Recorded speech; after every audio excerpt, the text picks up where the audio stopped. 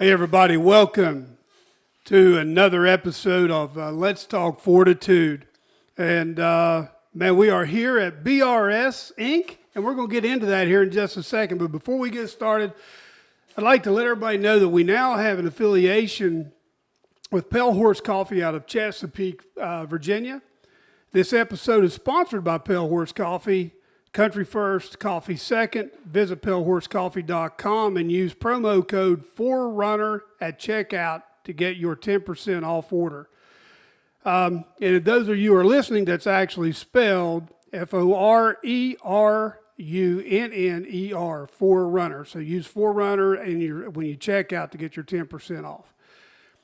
I am honored to be here. Mr. Brad, thank you so much for coming on an episode of Let's Talk Fortitude, because I tell you what, if there's a company that's got fortitude or had fortitude, been resilient and tenacity over the years, it's definitely BRS. And now let's get one thing clear right now, because we've got a lady in the audience that we all know, and it's been made very clear to me. It has been, that's right. That without the R, all you've got is BS. Exactly. I want you to remember that. So if you would, real quick, Chad asked me to do this, actually. Just give us a quick, just tell us a little bit about what BRS and how, and just how, we're going to go through how everything actually comes, but what is BRS and just a little background of what you do, and then we'll get started. Okay, BRS Incorporated is, of course, a family business, Brad, Ruby, and Sons, and it kind of came about by accident.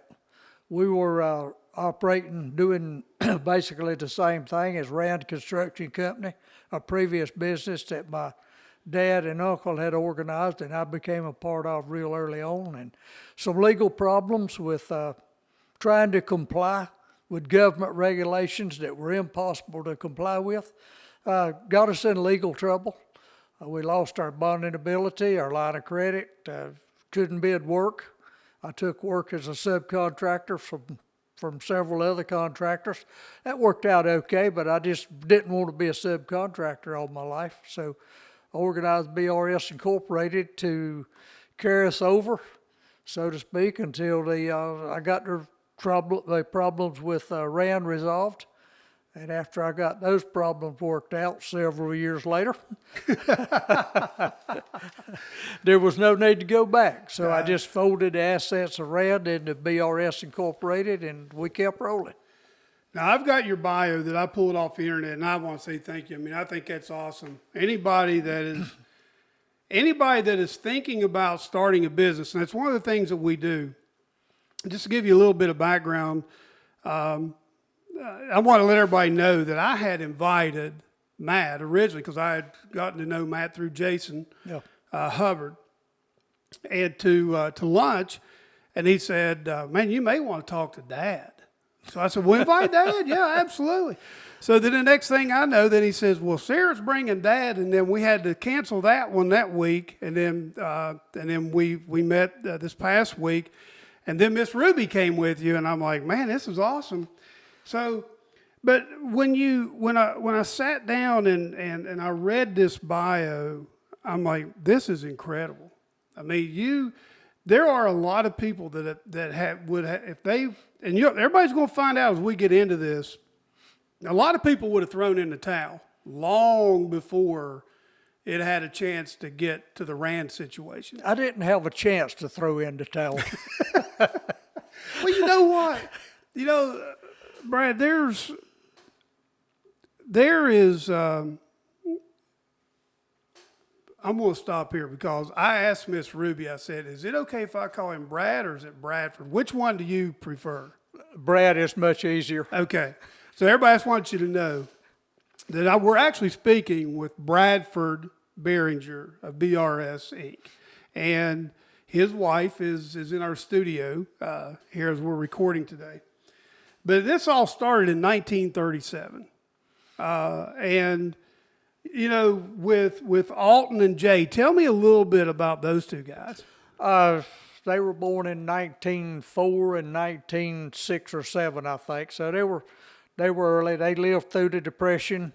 At the end of the and they in the Depression, they took jobs, government jobs with the CWA, whatever it was, that was doing work to bring the country out of the Depression, out of hard times.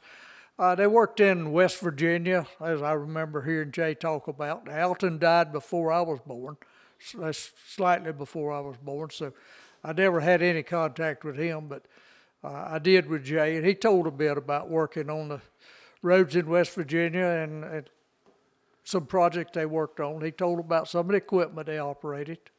Said he operated the first bulldozer he ever saw. And at that time, they were doing a lot of the grading, using as much manual labor as they could, using drag pans and mules. So to get a piece of mechanical equipment on the job was really unusual. You know, that's, and in a way, that kind of takes me back to my childhood, which is a lot further into this thing than, I mean, back in their day, they would have still been using pickaxe in the coal mines. Oh, yeah. But I remember whenever I first started as a youngster, I was telling you guys about having to go underground and play when I was a kid, when I'd go back to work with my dad, when he'd have to double back. But in those days, the equipment didn't have any canopies over them, just like this bulldozer in this picture. There's no canopy, there's no roll bars, you know, there's no air conditioning or Wi-Fi or Bluetooth. And back then, when you sat on a loading machine at the face, there was no canopy on you. So there was no protection. If it fell, it's over. Mm-hmm. So I remember back in the day when the canopies actually were put on equipment in the coal mine. So when we talk about guys like Alton and Jay, and even your dad, that God broke the mold when he made those men. They were cut from a different mold. And I mean, they were raised hard. You didn't know anything but brute labor back in those days. That's right. I mean, that's all you knew. And this is amazing. So in 1941, Alton had the fatal heart attack. Right. And that's what you were saying, that he passed before you ever actually had a chance to know him. Did Jay ever talk about, or do you ever remember him talking about, or what, you know, the family talking about what it was like when that happened and how he had to work through that? No, really not. That's surprising. The family was very quiet about that. Alton was seldom mentioned. Don't really know why, other than it was just too hurtful for my folks, my uncle and my grandmother and grandfather. I guess that was just a subject they didn't want to really get involved in. Now, Alton's wife and his daughter were in the community, and they came to family dinners and all that, but there was hardly ever any mention of Alton and how he grew up or anything like that. Wow, that's incredible. So shortly thereafter, and we were just talking about this a few minutes ago, it wasn't long after that, trouble come knocking again. And that's when Jay fell victim to that accident with, what was it, a milk truck? Yeah, it was a milk truck and a car collided at the square, the crossroads at Richfield, a couple of miles down the road, and one of the vehicles, I think it was the car, ran in under the canopy at the front of the grocery store service station and hit 3 or 4 of the men that were there passing the time of day, hurt them real bad. So now I'm gonna back up just a little bit because I kind of got out of my, I got my cart in front of my horse here. So before that happened though was when Alton passed, was when your dad is Luther, correct? Right, my dad's Luther. So that was when Alton passed, was when Jay or Luther came in to work with Jay or become partners, correct? That's right. So did your dad ever talk about what it was like when that happened after all? I mean, coming in and just, I mean, did he have, was it one of those things where he just like, oh yeah, I'm going to do it? Or did he have to step back from what he was doing at the time? I mean, to me, that's because he wasn't very old. You were. No, he was not. And he'd been driving cars back from Detroit. There would be 4 or 5 of them get in an automobile and go to Detroit, and then each one of them would drive a new car back to Concord. So he had a pretty decent job. I can't imagine how it would be giving up what was probably a decent job to go into construction. in the wintertime. And at that, your mom was actually pregnant with you at the time, correct? Right. Yes, that's right. Wow. So then we'll fast forward just a little bit. Then the accident happens with Jay, and leaves him paralyzed, correct?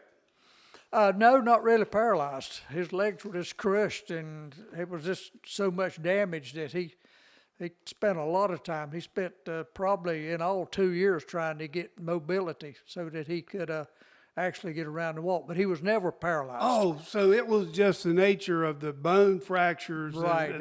His bones were just totally crushed. The doctor said he would never walk. They didn't give him a chance at all. So I love this. So you talk about fortitude, dude. I'm telling you, I'm going to give you the epitome. I mean, the definition of fortitude. Tell us about how Jay had people to roll him out to the tree and what he did. Just tell us the story. Well, when he came home from the hospital, they set up a bedroom for him in the house near an outside door and built a ramp. I remember my dad helped him build a ramp that they could roll him down. And he was in a hospital bed, a gurney. He transferred from a hospital bed into a gurney, and they rolled him down the ramp and around the side of the house, which was maybe a 50-foot trip to where that tree was. And he could lay on the bed and reach up enough to get the limbs on the tree and work himself off, and then they'd roll the gurney out of the way, and he would walk himself from limb to limb. And of course, as he started, he was basically just dragging his legs. His strength was in his arms. But as he worked at it for, 6 months or a year, he began to increase the strength in his legs and built up enough strength that he could actually walk. So tell us about his passenger that would ride his gurney with him outside. That would be me. Yeah, that was one of the highlights of the trip, was getting to ride with Jay while they pushed us down the ramp and around to the tree.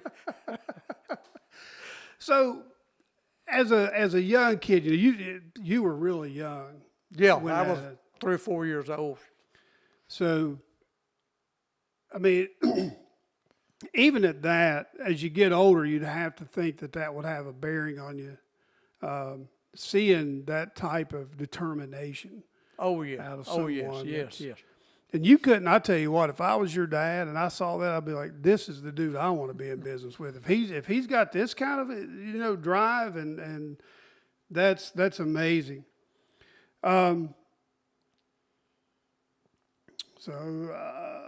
you realize my dad got thrown into basically the management position. That's all at what I once. was going to ask. I mean, he went from just a new hire to being the boss. He was what, 20? 25 or 25, so, I think. Yeah, that's what you said. And now he's gone from driving cars to Detroit and back, or bringing new cars back from Detroit, to trying to manage a business. Mm-hmm. Yeah. With a pregnant wife. Right. And not this time. You're born at this time. Yeah. So if you're 4 years old, so that means he'd been into this now for what, 4 or 5 years? 4 or 5 years, yeah, by that time. So at that point, how was the business moving? I mean, was the business moving along pretty good when all that came about, or? Well, you understand that we were recovering, not we, but folks in the whole country was recovering from the Depression by the 40s, early 40s. So there was a lot going on. I mean, they had plenty of work. There was a demand for lots of bulldozer work, clearing land, clearing pasture land, pushing out ponds, clearing sites for folks to build houses. So there was a lot of work for them to do, and there was very little competition because having a bulldozer at that time was unusual. Tell me, you mentioned in there about how they had to load it and unload it. Tell us a little bit about that. Well, they didn't have a trailer. They didn't have a low-boy trailer of anything to move it on, just a flat dump truck, flatbed dump, no sides on it. And they'd get to a bank if they could to back up close and get the dozer up on the truck. And then whenever they went to unload, of course, the bed would tilt when they came off, and it would partly slide and partly roll. But it was easier to get unloaded than it was loaded. It was just a little more scary. I've seen them try to get that little old dozer off the truck whenever it looked like it was going to be a disaster, but they managed to get it done. Now, did you have any siblings? I had 2 brothers. Yeah, they're both younger than me. Both younger than you. Mm-hmm. Were they part of the business at any time? Did they, or are they still part of it, or did they? My brother that's 2 years old worked for Rand Construction Company during the summer and when he was not involved in school, but then he went in a different direction. He went to Alcoa at Baden. My baby brother was 10 years younger, so he came to work he got an engineering degree at NC State, and then came to work with Rand Construction for several years. Cool. So tell me what it was like. Tell me what your childhood was like a little bit. What was it like growing up here in North Carolina, and your parents, the church. I had a ball. You sound like my dad. My dad would tell me, he'd say, you know what, we were all poor, we were all dirt poor, but everybody was the same, so you didn't know you was poor, but we had a blast. We had equipment in the backyard to play on when it wasn't out working somewhere. We had plenty of room to roam through the woods and build camps and log cabins and go fishing at the creek. And, it was just, as far as I'm concerned, a typical childhood growing up. But it was an amazing time, really. I can't imagine folks living in town and not having the opportunity to get out and actually experience God's gift to this world that we've got to live in. You're absolutely right. I'm very fortunate. I hate it that my 2 boys weren't able to experience it. It was kind of forced upon me in a way when my mom and dad separated, because my dad and I went to live with his mom and dad, and they lived up a holler in West Virginia. It's Garrett's Fork to this day, and I spent more time in the woods than I did anywhere else. Now, Creasy Greens, my grandmother would take me in the mountains with Miss Casey. We'd go Creasy Green hunting. And my uncle, my dad's youngest brother, and when I talk about it, he's like, John, those were just weeds that they caused. I'm like, I don't care, Uncle Dan, they were good. They were good. Yeah, I've eaten lots of Creasy Greens, cut out of the cornfield. Yep. And the things that I learned from my grandmother, I would have never learned otherwise if my mom and dad hadn't have split. Mm-hmm. I'm not saying I'm glad they did. I'm just saying I'm very thankful that my grandmother was there and my grandfather to give me the opportunity that I did. Because, here I was 7, 8 years old, tromping through the woods with a shotgun. Yeah. It was single shot. And I think I told y'all, my grandmother said, you can never shoot once, you always got to shoot twice. John, always shoot twice. You can't shoot once. She just wanted to make sure I hadn't fallen on my gun and it went off. So that's awesome. And, childhoods like that today, people are missing. And it's, I love to hear about my dad's childhood. And that's why I wanted to ask you, because I figured I was going to get the same story. So in 1954 was another major turning point for you guys, when your dad and Jay decided to downsize a little bit. And could kind of explain that a little bit if you don't care. Yeah, they had gotten involved in the farm market roads under Governor Carr Scott. That was a public works project or a program, so to speak. And they had done a lot of farm market roads, all of them, of course, within driving distance, close proximity to home. They didn't go across the country and do that kind of work. But all at once, President Eisenhower decided that we needed interstate highways, which was a good move. I'm not saying that we shouldn't have done it, but all of the funding for farm to market roads just dried up. There was no more job like that. And it took a lot bigger equipment, more sophisticated organizations to do interstate highway construction than it did to grade a dirt road and put some asphalt or some stone and gravel on it. So they made a conscious decision. They just didn't want to get that big. They wanted to downsize. Plus, they had lost a lot of help by then to the Korean War, and those boys came home and they took other jobs. They didn't want to just go back into ordinary jobs. They took easy jobs, selling insurance and selling cars, whatever. Yeah, I was going to say that's what it says. It's just, you said it's what your dad did. He went, but he also worked at Young Stone Company. Yeah, he was foreman at Youngstone. Mr. Young hired him to manage the quarry for a while, and he did for several years until he got the opportunity to organize the Rand Construction Company. Hey, this is a great place to take a segue and to give a shout out to Forerunner Productions. We are so thankful for them and what they do in producing not only Let's Talk Fortitude, but the Shelter Hole, along with 3 other podcasts.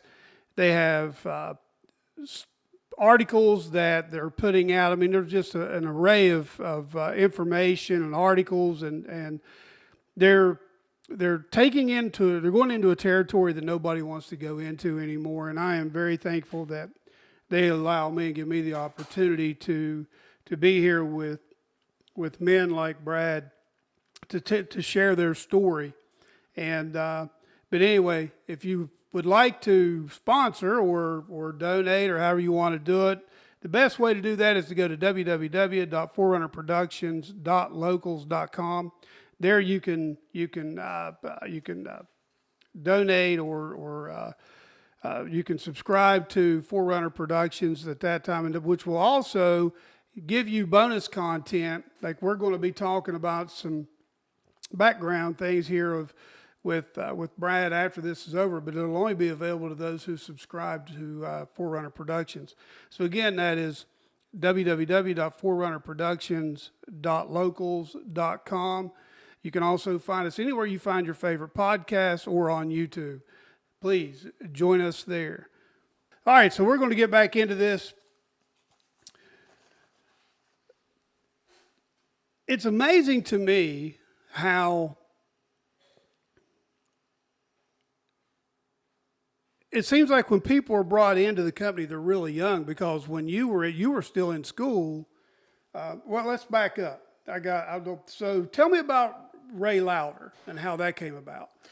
Ray Lauder was a local contractor here in Albemarle, about 10 miles down the road, and he was a fairly large contractor. He had gotten actually into some of the interstate work, and he built the belt line around Raleigh while I was in college. Wow. So he did projects like that.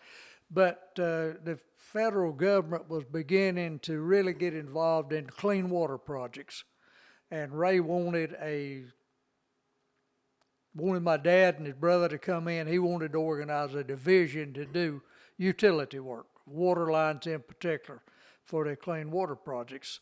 And I remember they went down and met with Ray one night and came home, and my brothers and my mom and I were actually waiting him to come home to find out what they were going to do. Was he going to leave the quarry and organize a new company? Was he going to work with Ray, or what they were going to do? And he came home and said that they had decided to organize a new company rather than simply going to work with Ray. So in the new company, Ray Lauder owned half of Rand Construction Company, and my dad and my uncle owned the other half. So at this point, then your dad's coming back from Mutual of Omaha's Wild Kingdom. Right. We watched a little bit of that last night's show on chat. My wife and I were laughing so much. Man, it was a big part of my childhood. So then he came back to which then was it BRS at that time? Was that they organized a new business. He didn't actually come back. They organized a new business, all new equipment, Rand Construction Company. The letters stood for Rachel, Ada, Neil, and Dot, was the RAND. And they basically started from scratch again, doing something that they were totally not knowledgeable of. I mean, they learned from the very beginning. They went from grading highways and building roads to laying pipe. So when Ray died suddenly, you get a phone call. Well, actually, actually, I was in school at Gastonia at that time, Gaston Tech, and I was heading to school one morning. I got to about Mount Pleasant, about 10 miles from Richfield, and listening to radio, and got word over the radio that Ray Lowder had passed away. And that hit me hard. I didn't even go to school. I turned around and came back to the office. I didn't even go on. I turned around and came back to see what we needed to do. I headed to Ray's office in Albemarle, and from there we just did what we had to do to stay in business. And you became vice president at that time, correct? I became vice president very shortly thereafter. So before that, you were in school, and before Ray died, were you involved in the business at that? Even though you were going to school, were you working and going to school at the same time? Well, I had always been involved in the business, so to speak, because I had been a mechanic working on equipment over the years. I had gone with them whenever they looked at work. So without even being an employee, I had been involved from the time I was able to go out and go places with them. Right. So, and as I got to be vice president of the new company, so to speak, they just needed a third officer. and I was available. They just need a third fall guy. That's right. Oh, he's young enough. He can recover. Let's just make him the vice president. Oh, my goodness. That's so funny. So, I mean, and again, that's,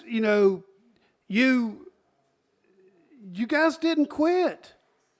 There was no quit. Quit was never in your vocabulary. It was never in your thought process. Failure was not an option. It's not an option. No. That doesn't exist today. Well, it does in some. No, probably. I'll be honest with you, man. The first time, when I sat down and had lunch with you all the other day, I'm sure as many employees as you've seen over the years, you become a pretty good reader of people. You can read folks pretty well, and it doesn't take long. It doesn't take long, that's right. And when I had my own business, somebody'd come to me and they'd say, "Oh, I'm a painter, I need this brow." And I said, "I tell you what, you come to work, here's where I'm going to start you at, and let's see what you can do." I knew within 15 minutes from the time they got out of their vehicle and walked on the job site if they were a painter or not. And a lot of times I could tell what type of person they were. Mm-hmm. It didn't take long. It's just a skill you develop when you're dealing with people. But so Ray dies. Not only did Ray die, then you guys find out that you're having some legal issues. Well, that was several years later, yes, but that comes in later. Yeah. Now, and I'm just kind of going off your bio, so you can fill in all these spots for me, because I want to know. I'm here to hear the story. That's what we're here for. So, so it says that a lot of these guys were coming back. You were finishing up college. You'd finished your military obligation. Tell us about your military your military service. I graduated high school on a Sunday afternoon, 1959, and the following Friday, Ruby and my parents took me to Salisbury, and I got on the military bus to go to Fort Jackson for basic training. So I had a week summer vacation. And my intent was that I would try to get my 6 months active duty with reserve out of the way so that I could enroll at NC State in the spring semester, whenever that started. And that worked out. I went directly to the military, got my 6 months active duty, and got out in time to come back and go to school at NC State. Awesome. And then Rand Construction Company, Inc. was one of the charter members of the NC. What's the NCUCA? That's the North Carolina Utility Contractors Association. And it says, and BRS Inc. will continue that. You all continued that membership. We continued that membership. That's right. So and the NUCA group is celebrating their 40th year this year. So that was 40 years ago that was organized and we were a charter member. So we talked a little bit off camera before we got started about a little bit about the lawsuit and the legal issues, kind of things that was going on.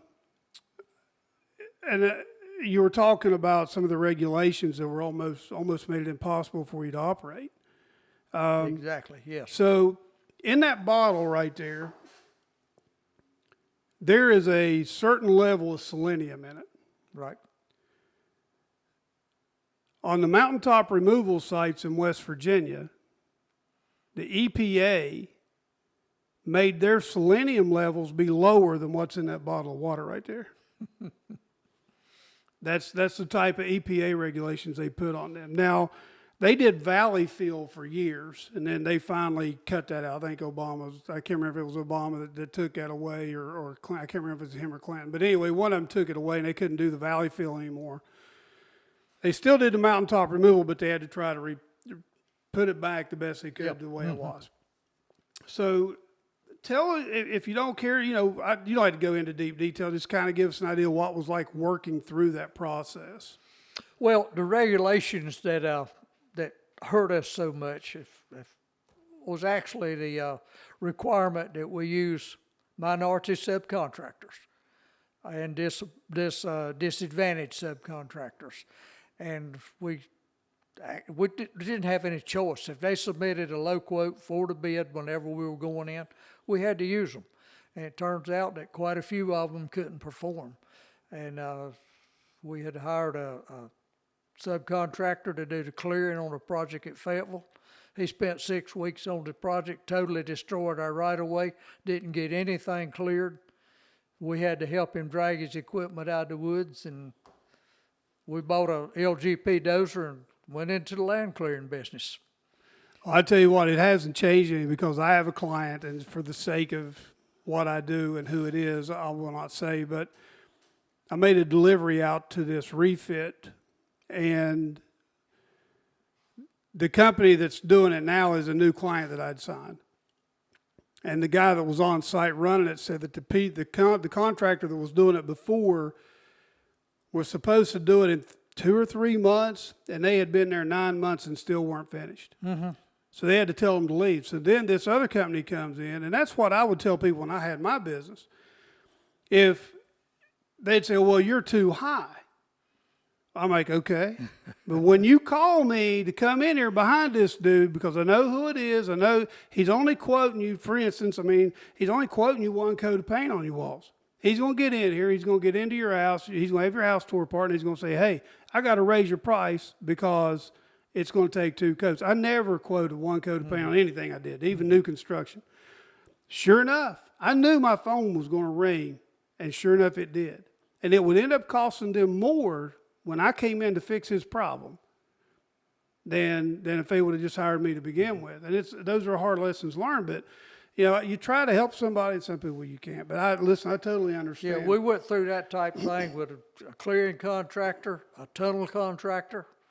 It was actually digging an 84-inch tunnel 700 feet long under the town of Hope Mills and failed. We went through it with a trucking contractor to haul materials, especially stone, to the site. We went through it with several contractors that just simply got in business to try to pick up some money from the federal regulations, federal requirements, and they failed and left us holding the bag. We had in excess of $1 million worth of charges against us on the particular job that all this came about on. And $1 million was a lot of money in those days. It's still a lot of money. I don't know. Now, my name's not Bradford Barringer, but it's still a lot of money. That's awesome. But we wound up prevailing. One, if you don't mind me adding one little story. While we were going through the arbitration, the opposing lawyer accused me of riding the fence. He said, you can't straddle the fence. Are you for us or against us? What's your position? I said, well, you got to remember, this is a lot like loading hogs. Sometimes you push and sometimes you pull, just hoping that something will happen. But anyway, in the end, we prevailed, and we got a settlement that was in our favor. And we actually got enough money to settle with the subcontractor and to pay the legal fees. But Nothing for us. Well, but you know what? Again, that's why I'm here, and I'm so excited about when I read this bio. I mean, even when Matt and I first talked on the phone, I hadn't went to your website yet. I didn't know that you had written this. And when I got started reading that, I'm like, holy, this is unreal. And the thing about this podcast is to give encouragement to others, whether they're military or non-military, that the American dream is still alive. It's not easy. Owning, and I'll tell you what, owning a painting business in Charlotte was not easy because of who I had to compete against. And I think I told y'all this, it's such an easy entry-level trade that anybody can go to Lowe's and get an 8-inch roller and a magnet, put on the side of their car and say, I'll paint all day for $100, and I couldn't move my van out of my driveway for $100. That's about like saying anybody can dig a ditch. Yeah, they can dig it. They can dig it, but you don't know what they're going to hit or what they're going to tear up. Oh my goodness, it is amazing. So when you all came out of when you came out of that lawsuit in 1986, BRS came into existence for you all. I think at that time you all stopped operating as Rand, correct? And that's moved correct. To BRS at that point. Yeah, I asked several of the foremen and the other employees if they would come to a new business if I organized, and nobody turned me down. The ones I chose came, and then as we shifted more and more to work to BRS Incorporated, practically all didn't lose any employees. They all switched over. They all came to the new company. Wow. Hey, that's going to give us another great, matter of fact, the reason why we're here is the connection that I was able to make through Jason Hubbard and Cremoso Cheesecakes. And he actually sent over some cheesecake for you guys for this, to say thank you and for me to bring up here. And I would like to give him a quick shout out. Please go to Facebook. It's Cremoso Cheesecake. It's Jason Hubbard. And I'm going to tell you, it's some of the best cheesecake you'd ever want to eat. And we're actually working with Jason to see what we can do together to help each other grow a little bit too. So it's all about networking, and I'm sure you know about that. It is. So man, this is intriguing to me. That. Let me interrupt you. You said it's all about networking. I had a 8th grade class that would come here for several years and visit some work I had done in the area and crawl on some equipment and play. And then we'd go out in our meeting room and they'd sit down on the floor and get a chance to ask me questions. I had one that asked, does it take a lot of money to get into construction? And I said, no, not really. If you find something that you really like to do, something you feel you're good at, and you can take a small job, you can rent a piece of equipment, you can do a little bit of small work and then grow from that. And I said, but the important thing is to establish relationships. In our business, we need a relationship with a lawyer so that we're sure we're legal. We need a relationship with an accountant so we know that we're making money or not. We need a relationship with at least 2 banks because banks are fickle and you don't know what they're going to do. And you need a good insurance agent that will sell you what you need and not oversell you. And I said, and if you establish those relationships and listen to those folks, they will lead you through life just faster than you want to go. And remember, they're not going to steer you wrong. Right. They make their living off of you making a living, so they're not going to send you wrong. So relationships are so important in whatever you try to do. And whenever I told the kids that, one of the teachers looked at me and she said, I never thought of it that way.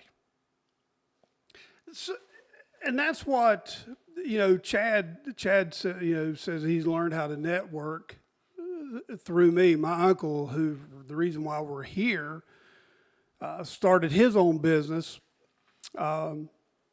He had in-home health, nursing home, and hospital speech and physical therapy. And he started with just him. And he's told me the story about how he just got in his Jeep one day and drove because he didn't know where the next money was coming from, because you can imagine dealing. I've been there too. You all deal with government, whether it be state, local, federal, whatever. We'll leave it at that so we don't, give up too much here. So they like to operate on a net 20 or sometimes a net 2 or 3 years, if some of these people do. And so when he was doing a lot of these insurance companies, if it was Medicaid, Medicare, whatever, sometimes their net payment date would be out so far that he had to carry a line of credit in order to make his payroll, and to find somebody to do that, it took him a while. And that's when he went driving down the road. And so I'll never forget the biggest job that I got after I'd come down. He's the reason why I come down and started my business. And I had taken on a job by myself. It was almost 6,000 square feet of new construction. Inside, outside, had to be painted. I knew I couldn't paint the outside of that house by myself.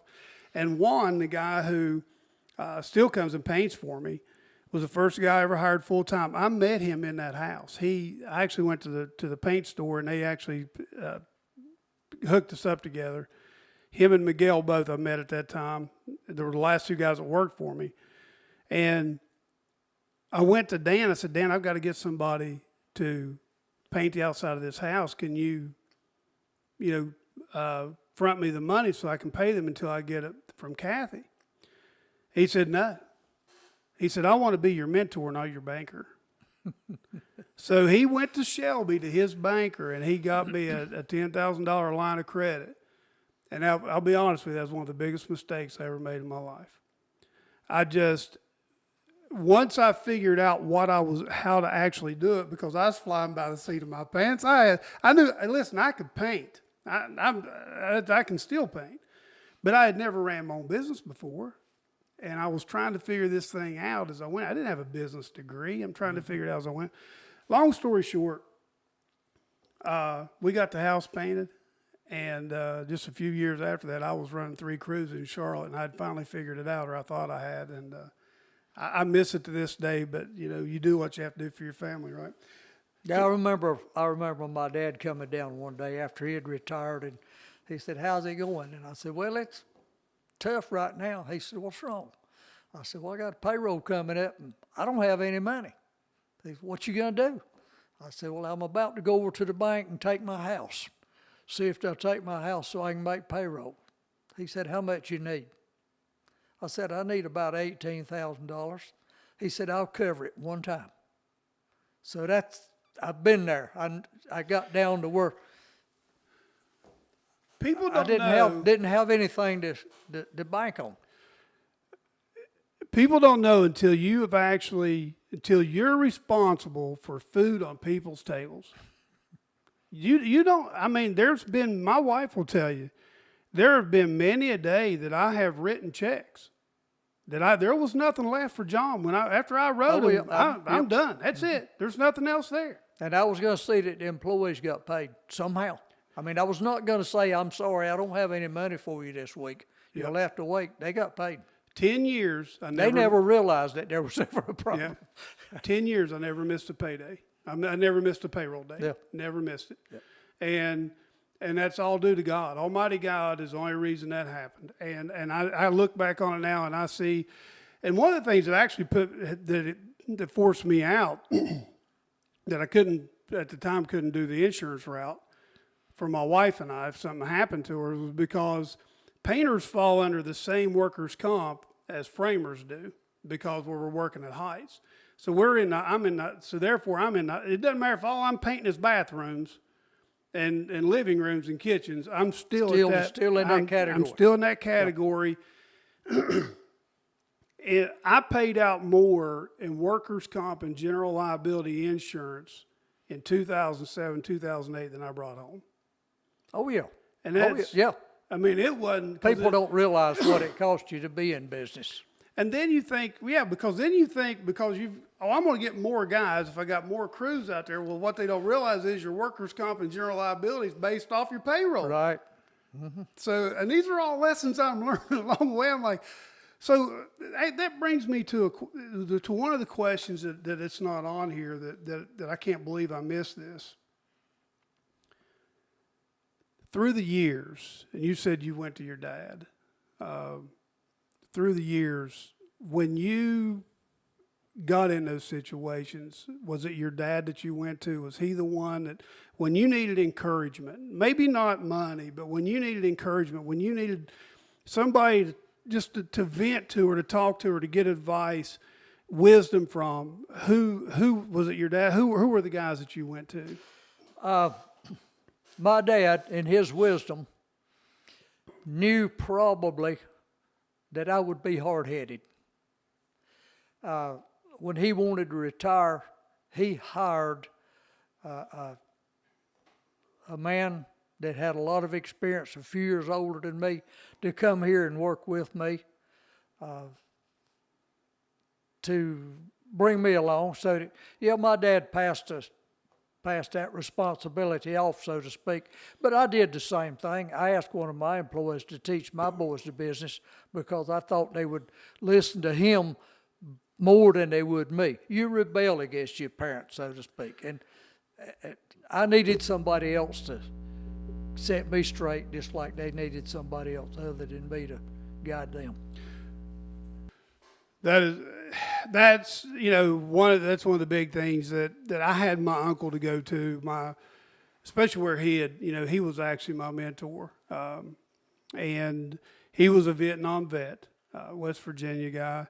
He's never talked about his military experience, and the way I look at it, if you don't want to talk about it, I'm not going to ask you. But he's been instrumental in me. He's the reason why we've been in Charlotte now for almost 18 years. Chad calls Charlotte home. He was actually born. I'm going to tell on him. He was born in Greenville, South Carolina, and the year that he was born, he was the largest baby born in the Greenville hospital system, just shy of 12 pounds at birth. He was. So anyway, you'd think he'd been Mean Joe Green by now. But I don't know whether that's a good record to claim or. Oh my goodness. Let's see where we are. So there's a story in here about you getting a popsicle and telling a big tale. That you were a storyteller. Are you still a storyteller? Yeah, a bit.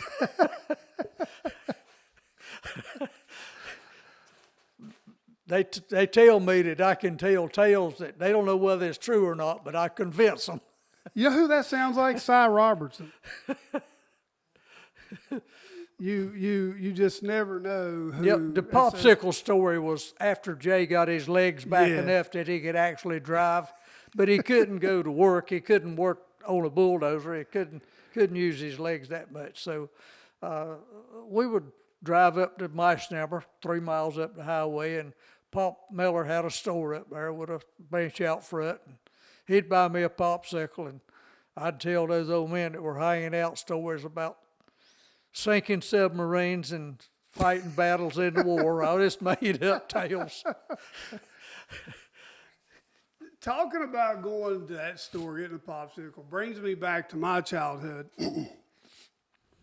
I can remember whenever in grade school, our soda machines, or we called them pop machines in West Virginia. I'd never heard the word soda pop until I went in the Navy. And now I'm like, what? But it was the glass bottles that you got out of the vending machine, the Coke machines. You'd get the Orange Crush. The Orange Crush doesn't taste anything like it does today. Not like it does now, no. And then the gas station where Algy's gas station, I'd go there. We were friends with his son. We'd ride motorcycles. Anytime we got thirsty, he had the old coolers chest that you'd slide the top back on and reach down in there. And there was just a certain smell that come out of them coolers that you just, I don't know. I don't know if it was the stainless, if it was moisture to build up in them things over time. But anyway, there was just nothing ever tasted like those soda pops that come out of those That glass. experience and that smell is gone forever. Man, it's I got it. There's times I still smell it today. Oh my goodness. So each one of you have separate divisions. Yeah. I get in your company. How did each one of those come to be? Well, of course, we started laying pipe. That was our main drive. Everything was focused toward laying pipe. And as more and more utilities were in the ground, and as it became harder to get permits to open cut highways to lay pipe across, and we were having to get somebody to do bores under the highways and the railroads for us. So we decided to buy a bore machine. Well, the expertise for boring is totally different than it is for laying pipe. So it didn't take long till it kind of evolved into a division that had different equipment, just totally different expertise. And then the same thing basically happened with the service division that Matt manages. There was an opportunity to bid just service work, which is water and sewer lateral short lines, and that also takes a totally different expertise and different equipment. So to keep from having everything all jumbled up together, we just broke it into 3 divisions, and that gave each one of the division managers the ability to look after what they were doing without being concerned about what the other divisions were doing. If you had to pick probably 2 of your biggest struggles through the years, what would they be? If you look back on the things that you not really struggled, but I mean the things that was kind of the hardest to work through, it really took management skill, or it took dedication from you and from your crew and from employees. What would those be? I guess trying to work through changing federal regulations, such as OSHA coming into being. I mean, it was a whole new world for us whenever OSHA came in, and that was tough to make the changes we needed to comply, to change out our equipment so that it was compliant.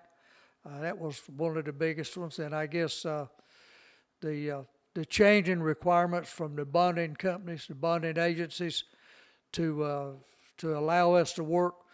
People think we're in business, we can do what we want. We can't do what we want. We're at the mercy of so many people, it's just not funny. But to be able to keep the bonding companies satisfied that they would sell us bonds so that we could bid work, that's quite a challenge over the years.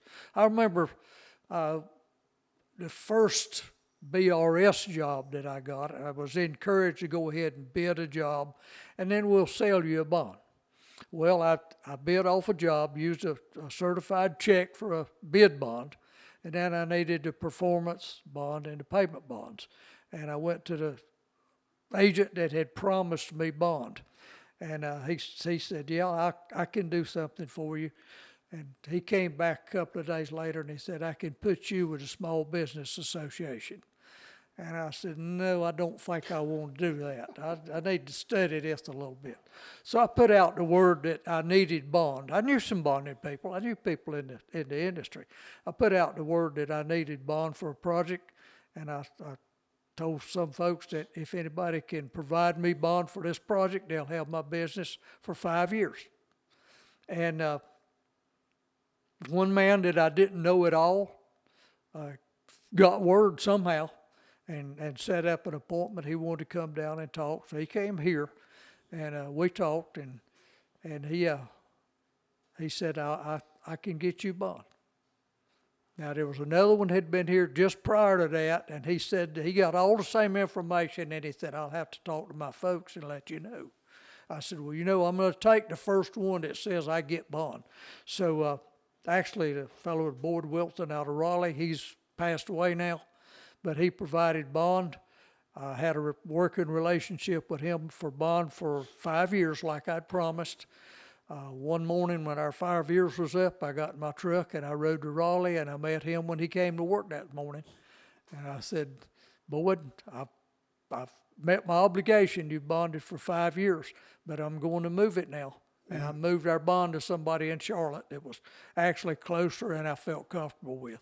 That was a big challenge, to establish a bonding relationship and then to get that changed to a different company, totally different bonding folks. And we've been with the folks that bond us now for a little over 30 years. Wow. They brought us into Charlotte a while back for a big dinner in celebration of bonding with them for 30 years. That is amazing. Those are stories you don't hear a lot of anymore. That's awesome. So Chad will tell you whenever I coached him in football, I always ended on I'd never let practice end on a negative. We always had to end on a positive. Now, we're not ending here. With this question, at the same time you have struggles, give me a couple of your successes through the years that have meant the most to you. That when you look back on it, it really puts a big smile on your face and you say, man, that was worth it. That was a great success. I'm glad that we stuck through it. Recognition from your peers. Several awards that I've won that I had no idea would ever take place. And then all at once, bang, somebody announces that you've won an award, and it's something that you couldn't believe you even considered for it. Wow. That's awesome. And that's there's a lot to be said there, because you really don't know what other people think of you, or you think they do, or you really don't know, That's right. And to be honest with you, that there's humility there that I see with you, that when you get something like that, it means even more to you, because it's not like you're out there, well, look what I'm doing, you got your chest stuck out, it's just not that. You've never struck me the time as much. I haven't spent, days with you, but the time that I've spent with you, you just don't come across to me to be that type of person. I don't think that we ever took a job to try to make a lot of money. We took a job to do the best we could with it. Of course, you have to make some money. You have to make a profit to stay in business, especially to get bond to do the next one. Well, I tried to tell all my guys, I'm like, look, man, we've got to get, when things would have issues, I'm saying, look, I'm in the business to make money. I'm not in business to give people a job. I got to make a little bit of something. Got to make a little bit of money. Exactly. And between that and the recognition, we never set out to win any awards. It just happened that we were at the right place at the right time, I guess. I want to tell you one more accomplishment, but you may cut it out. I don't know. No, you keep right on. That's what we're here for. Whatever, my dad and I were working together on a job and this is early on. Did I hit this mic again? Okay. This is real early on, and we were doing a job together. He had a crew, and I had a crew laying pipe in Southern Pines, North Carolina. And we'd leave my truck down there, my pickup that I used on the job, and I'd ride back and forth to Southern Pines with him. Now, I made my plan of what I was going to do, but on the trip down, he would tell me what I was going to do. He would change all of my plans and tell me what he wanted me to do that day. And one day I got in the truck, I got about 3 miles down the road, and I said, I can't do this anymore.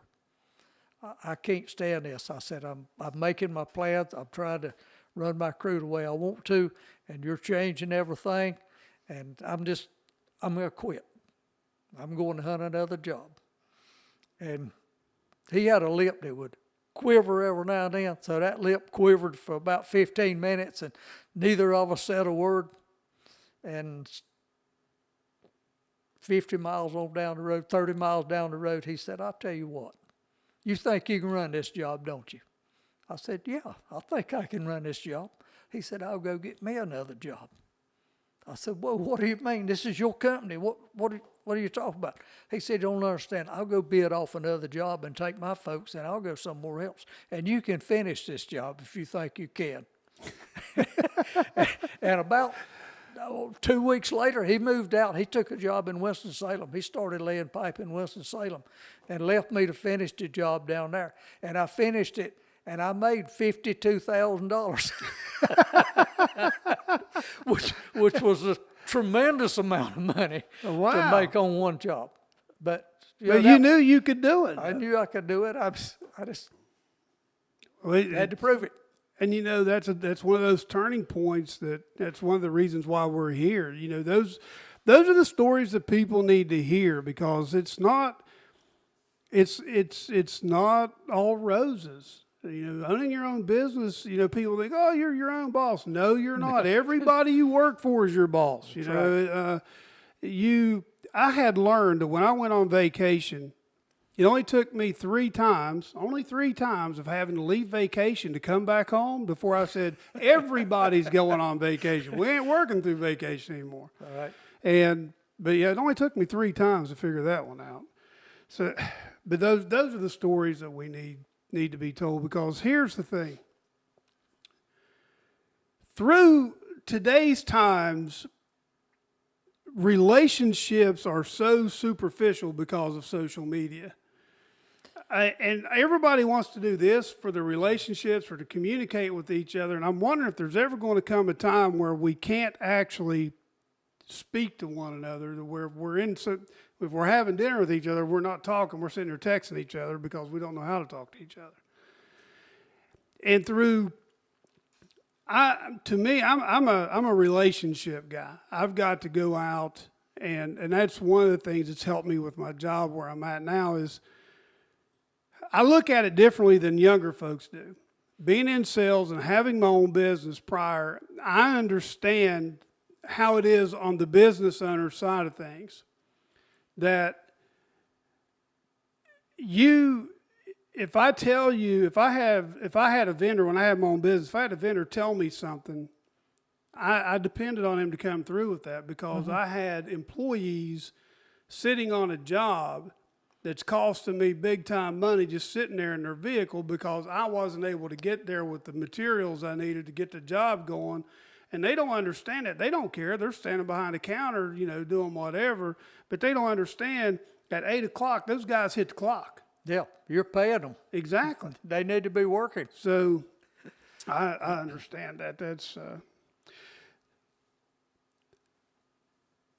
if you could give advice to a 25-year-old Brad today, what would you tell him if he was thinking about starting his own business? Is there any encouragement you would give him? Is there, what would you, if they're thinking about starting their own business, what advice would you give them? Give it all you got or don't go at all. That's good.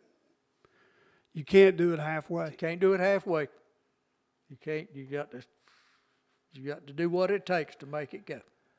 You've got to do it you've got to do it knowing there's no backup plan.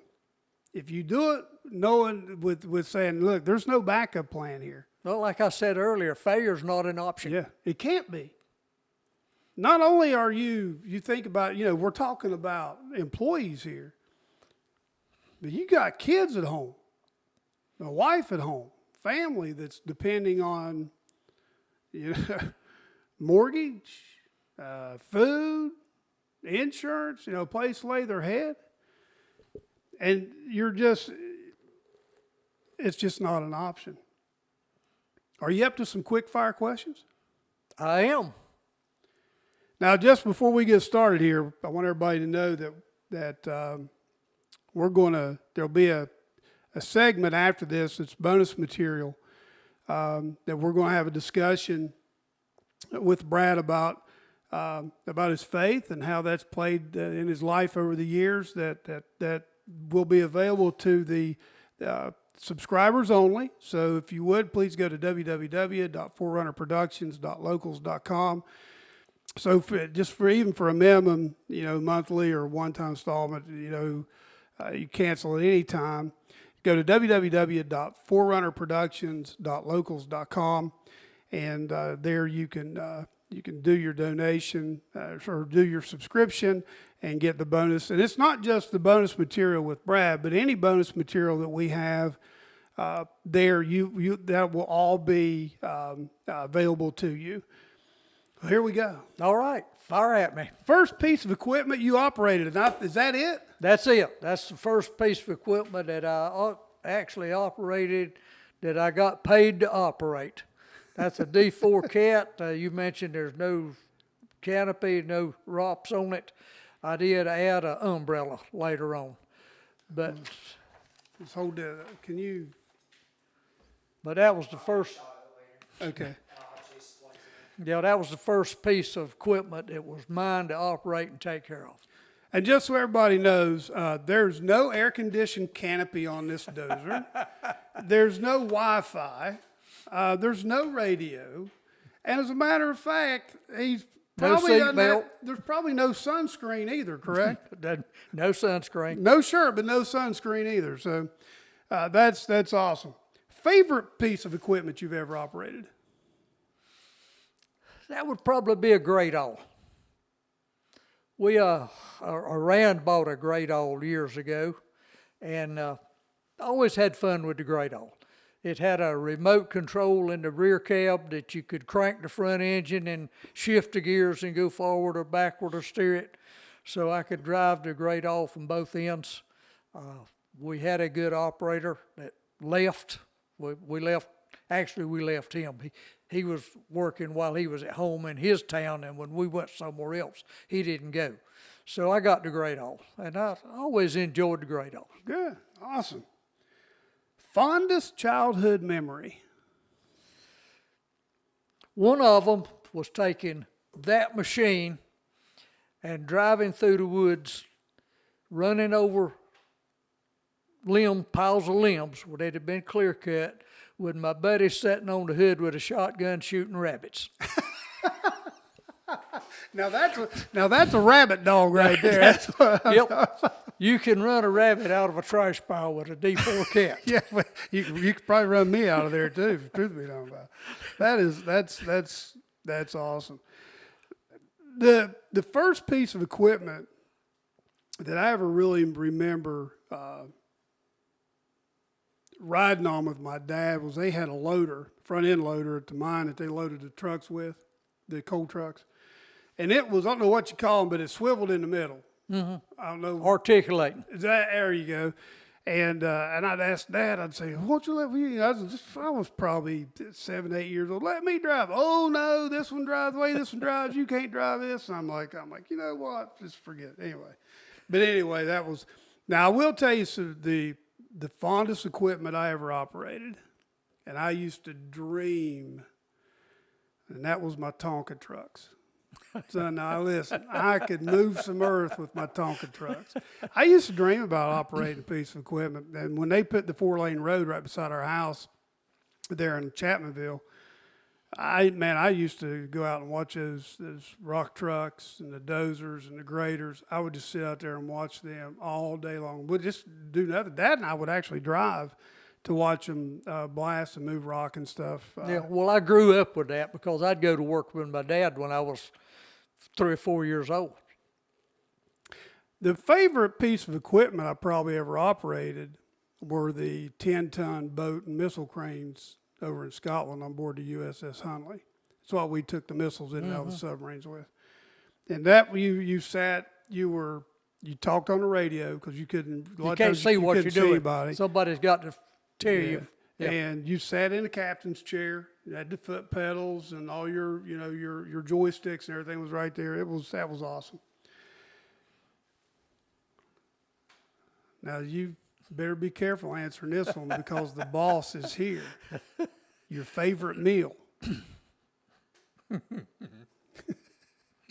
Hamburger steak with French fries and white slaw. Are we related? I'm telling you that I would eat a hamburger steak and French fries. I'd eat it every day of the week. That or a good hot dog. Now, I love to be a good hot dog. I like a good hot dog. Favorite book? Well, I'm not going to say the Bible because I don't consider the Bible to be a book. Right. It's more That's the author. A manual for life. But book that I really enjoyed is 1984. Orson Welles. Orson Welles. We have the author with us today, by the way. Real quick, well, that's be a great segue here for Chad's new book. That this is actually the very first copy. This is what they call the proof copy or the test proof copy. It is You're Not Special, You're Gifted. And those are available for pre-order on, actually, if you go to Amazon and type in You're Not Special, it's the second book now, I think, that pops up on Amazon. You can find it just about anywhere you buy books. There again, you can go to www.forerunnerproductions.locals.com, and you can also get it there as well. So anyway, we're really proud of Chad and that being his first book, and we're really excited about it. And I got the chance to read a bit of that book while you were setting up. And if anybody buys the book, they will not be disappointed. I didn't get to read much of it, but I read enough to know that you're going to enjoy it. Well, just so you know, the guests, when it does come out, do get a free copy. So you will get a copy of the book. Well, thank you. So I will make sure that it does get to you. Now, you get 3 of these. Oh, me. Your bucket list.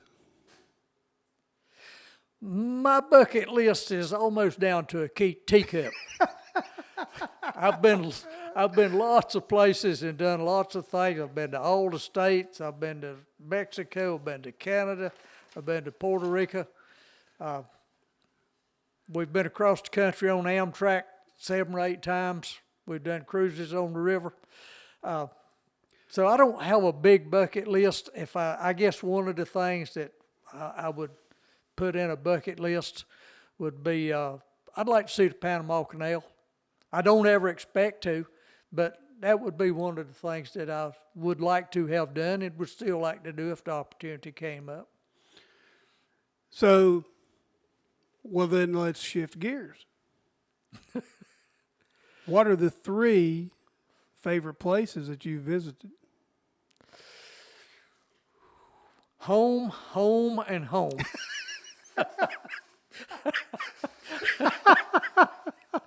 Now, so now I'm going to say you're related to my wife. Oh my goodness, I'm with you. There's no. We've been like some home. Great places. We've been to Hawaii. We've been to Alaska.